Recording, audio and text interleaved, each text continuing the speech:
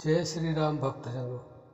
प्यारे भक्तों, परमात्मा के साकार रूप में दर्शन करना चाहते हो तो यह एक काम करो तो आपको परमात्मा के अवश्य दर्शन होंगे।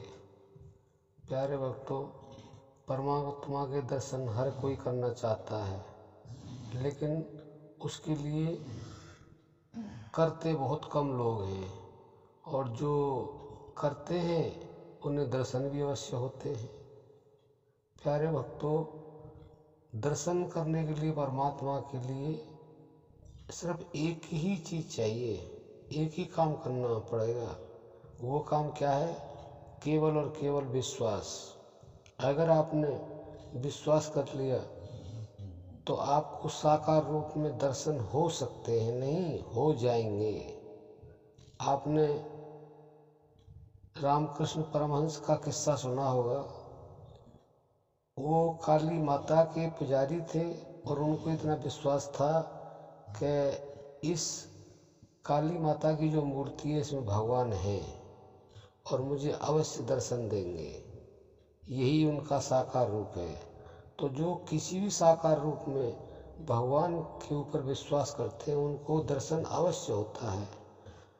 तो उनको इतना विश्वास था कि इसके अंदर माता है, तो उनके अंदर विश्वास के अंदर इतनी दृढ़ता थी कि काली माता की जो मूर्ति थी उसके अंदर से काली माता निकलती थी और उनके साथ भोजन करती थी।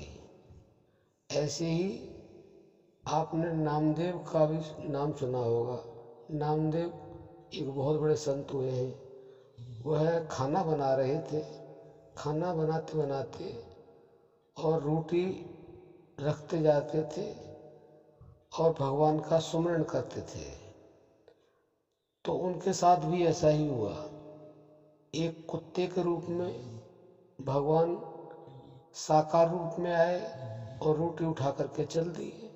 लेकिन उनका तो विश्वास था कि भगवान हर जीव के अंदर साकार रूप में रहते हैं।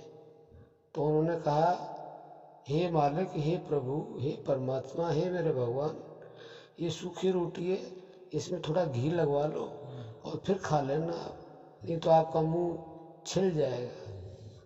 तो उनके विश्वास के साथ और भाव के साथ वो इतना उनका भाव जुड़ गया, विश्वास जुड़ गया कि कुत्ते के रूप में भगवान साकार रूप में थे और वो अपने असली रूप में प्रकट हो गए।